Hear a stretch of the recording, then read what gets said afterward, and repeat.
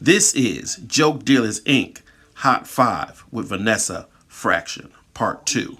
I'm No. talking to you. I'm gonna spend time where I can get more value because I needed the money in an instant kind of way because of my situation. Because for me, I was a single mother. I know other people that are in financial situations where you're having to be a strong provider as well as follow your dreams. So now, it's a little bit harder because I haven't built as many relationships. Mm-hmm. And so I can only use my example, and then the ones that, and I don't know, because sometimes too, I think it might be your representation, because if you're Mm-hmm. with the right agency, they may have a comedian that is very sought after, and they're like, hey, if you want to book this comedian, then you need to book that one. That can build the relationship a lot quicker. I do my best that when I do visit mainstream clubs, that I do a great job. But it's just like the follow up and just getting in there, getting into the rhythm of what's going on in their system has seemed to be a bit more. It takes me a lot more time than I was willing to give during the year. Right. So let When I me know ask I'm you getting this. results in this other space. So this right now, like we're with the COVID, and right now we're in COVID-19. What is going on now? How do you feel like this is going to pan out for comedians or yourself? Oh, and one other thing I wanted to say Yeah. about that mainstream club thing. One of the other things I find, and as a Black female, I mean, that's what I am, is that they're always like, can I pack a room? Can I pack the room? Do I have enough followers? That kind of thing. But yet I could go on any other weekend and whatever, maybe I know their name, maybe I don't, you know what I'm saying? Right. But I'm quite Googleable myself. Right. I could go to their night and their night's not And packed. it's not packed. I see that a lot, and that's Yet they can still get booked, but that's my in shit two is different deemed pockets upon too. whether or not I can pack the room or whatever. And it's like, well, at least, and then it's like, at least give me the chance. And like, well, you don't have enough followers for me to give you a chance. Right. But I have this resume and this experience. And if you promote it, I'm quite sure, the people will come. And it's like, well, let's go to, and it's like you almost have to do a test night on a off night to let them know that, hey, look, I can get the people out. Now can I get a weekend cat out? Right. And it's a weird thing because it's like, even with Black comedians, even with our the white counterparts, they'll get the same days or they'll get a trial. The thing is, like you said about representation, there's a leverage thing that you get with representation. So say if you're on a label with somebody that is warranted a weekend, and the club is like, look, we want him, but they were like, no, you got to take Vanessa first. If you give Vanessa that weekend, we'll give you. You don't get that with too much representation for Blacks, and I noticed that a lot. It can be, yeah. And then sometimes it's the because even with sometimes it's like, hey, well, can I pair with somebody? But Right. I'm a headliner. You know what I'm saying? So even pairing with someone that has notoriety, a lot of times it may not work out for many reasons. We're like, I like Vanessa, I fucks with her, but I'm not Right. good match. Like, you know what I'm saying? I need a feature. Right. Right. And the thing So is, it's like, sometimes Vanessa, when they do that, I'll be like, you know what? I'm gonna heat this bitch up. So it's gonna be a different weekend for them that they probably expected, but I'm gonna let them know, don't put me in this position no more. Like this is not gonna be a co-headlining thing because you don't trust what I'm gonna do. Because there's a couple of clubs that they were like, yeah, we'll bring Hank, and then I get there, it's like, oh well, your feature, they bill it. They tell me I'm headlining, but they bill it as a co-headline, oh, right. and I'm like, I think sometimes for me, I wouldn't care what you call me. Can I just go ahead and do the weekend? Just give me the money. give me that money. But the other point is like I'm also experienced enough to know that I don't have to keep scratching at a door when there's other doors open. You know what I mean? No, that's right.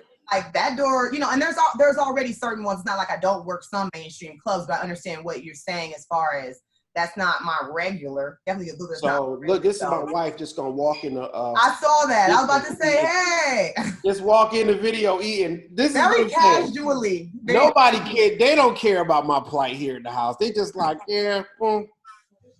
She's So like, I got home. Look, if I had a TV show and it was NBC, she would just walk through the middle of it and be like, I just got home. Not the first not, day that not, we were in quarantine, right? And my fiance had to work from home. And I'm usually at home, you know what I'm saying, or whatever, working from home or whatever. But he was here, and I knew he probably was on a conference call or something, but that's nothing. So I'm walking, and I'm naked. Yeah. You know, to always stay like, he's peeking. But let's do this.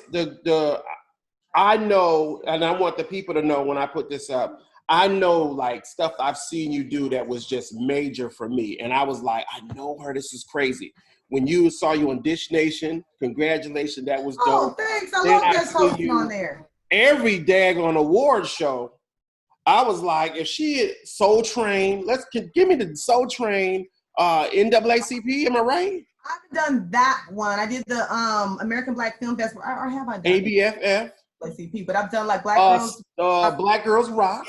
BT Honors. Awards. You know, it's a lot of different. True TV. I did do that. I did True TV. I've done a lot of stuff. It's Googleable. This is what I'm saying. Like this is the thing when you were saying about your bio. You shouldn't have to do all that. And also when I'm actually on stage, I totally deliver. Right. So it's I don't pout about it because I'm blessed. You know what I mean? Like I do get on stages, and you know, sometimes it takes that one thing for like that kind of that spark where then it just is. Our business is a very weird one, but I enjoy it. And I look at what's positive about it. Right. You know what I'm saying? The things that are a little wacky. And I'm just glad I'm in a space still enjoying what I do.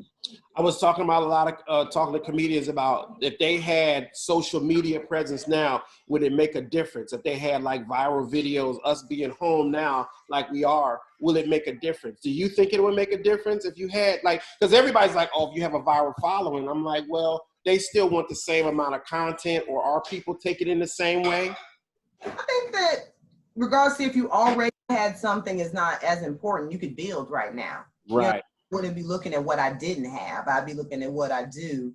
And even if you were starting, like if you didn't, I know I've seen plenty of people who didn't have a YouTube page and started that now. You know what I mean? It's like it didn't matter what you didn't have. What are you going to do? You know what I'm saying? To get to reach your goals. So if, growing your social media following is what you do, just go for it. I wouldn't be like, as far as what's going on right now, which is what your question was. Mm-hmm. If you were selling something and you already had your people on board and they're used to it, fine. But the fact that maybe you never have and your people might be waiting for it. So maybe your first time within this pandemic, this, terrible situation, you just, I'm going to sell some stuff. You know what I'm saying? Your followers might be like, hell yeah, I was waiting for that. And then you do very, very well. I really wasn't worried about what the next person's getting or doing. I'd be worried about more of how my situation would work for me. Exactly. That's what I'm telling most of the time. Would work for you. So whether you had 20 followers or 20,000 or 2 million, you know what I'm saying? If your followers want to support you, if you have those 20 followers and all 20 of them buy what you got, well, great. You know what I mean? Like the point it don't matter. It's people have tons of followers, can't sell a ticket. So there's that too. You know what I'm saying? So I think that you should it's more like just do it. Just do it. Yeah, I said to you earlier, don't let perfect get in the way of getting it done. And until you put it out there and you don't know what it's gonna be, you can't perfect it. You some of the stuff that we've seen just pop out of the air and it's been a tour or turned into TV. We have no idea of what they were looking for at what time. So let me round this out. I just want to say this, Vanessa, you dope. Keep doing what you're doing.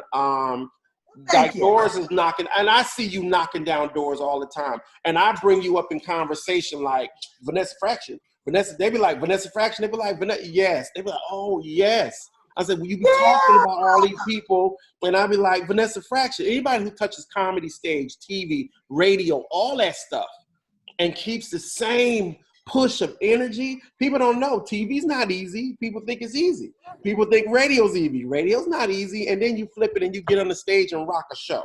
It's not easy. So I first of all, I would take my hat off to you, but need that cut. Stay tuned for closing finale with Vanessa Fraction.